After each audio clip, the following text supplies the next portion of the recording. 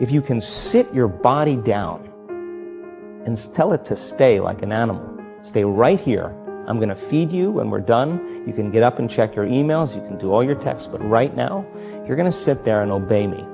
When you do that properly, and you're not eating anything or smelling anything or tasting anything, you're not up experiencing and feeling anything, you would have to agree with me that you're being defined by a thought, right?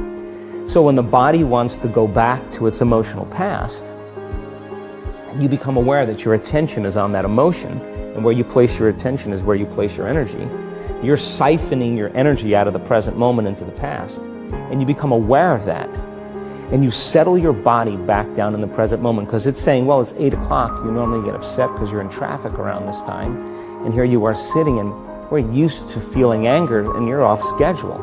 Oh, it's 11 o'clock, and you usually check your emails and judge everybody. Well, the body's looking for that predictable chemical state. Every time you become aware that you're doing that, and your body is craving those emotions, and you settle it back down into the present moment, you're telling the body it's no longer the mind, that you're the mind, and now your will is getting greater than the program. And if you keep doing this over and over again, over and over again, over and over again, just like training a stallion or a dog, it's just going to say, I'm going to sit. And the moment that happens, and the body's no longer the mind, when it finally surrenders, there's a liberation of energy.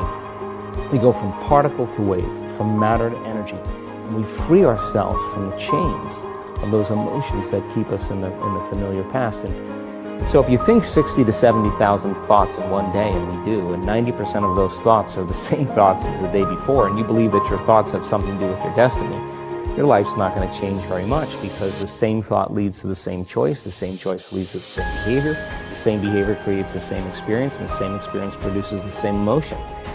So as you become familiar with the thoughts, the behaviors, and the emotions of the old self, you're retiring that old self. As you fire and wire new thoughts and condition the body into a new emotional state, if you do that enough times, it'll begin to become familiar to you. So it's so important, just like a garden. If you're planting a garden, you got to get rid of the weeds. You got to take the plants from the past year and you got to pull them out.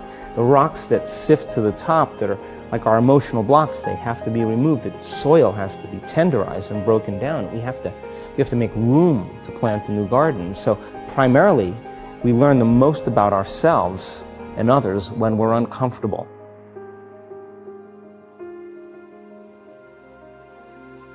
It's a scientific fact that the hormones of stress downregulate genes and create disease, long-term effects. Human beings, because of the size of the neocortex, we can turn on the stress response just by thought alone. We can think about our problems and turn on those chemicals. That means then our thoughts could make us sick. So if it's possible that our thoughts could make us sick, is it possible then our thoughts could make us well? The answer is absolutely yes. A habit is a redundant set of automatic, unconscious thoughts, behaviors, and emotions that's acquired through repetition.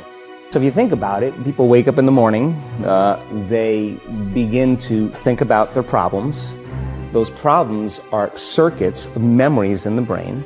Each one of those memories are connected to people and things at certain times and places. And if the brain is a record of the past, the moment they start their day, they're already thinking in the past.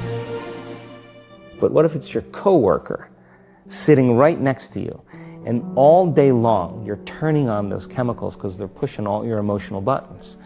When you turn on the stress response and you can't turn it off, now you're headed for disease, because no organism in nature can live in emergency mode for that extended period of time. Most people then wait for crisis or trauma or disease or diagnosis. They wait for loss, some tragedy to make up their mind to change. And my message is, why wait? And you can learn and change in a state of pain and suffering, or you can learn and change in a state of joy and inspiration. And I think right now, the cool thing is that people are waking up. The hardest part about change is not making the same choices you did the day before, period.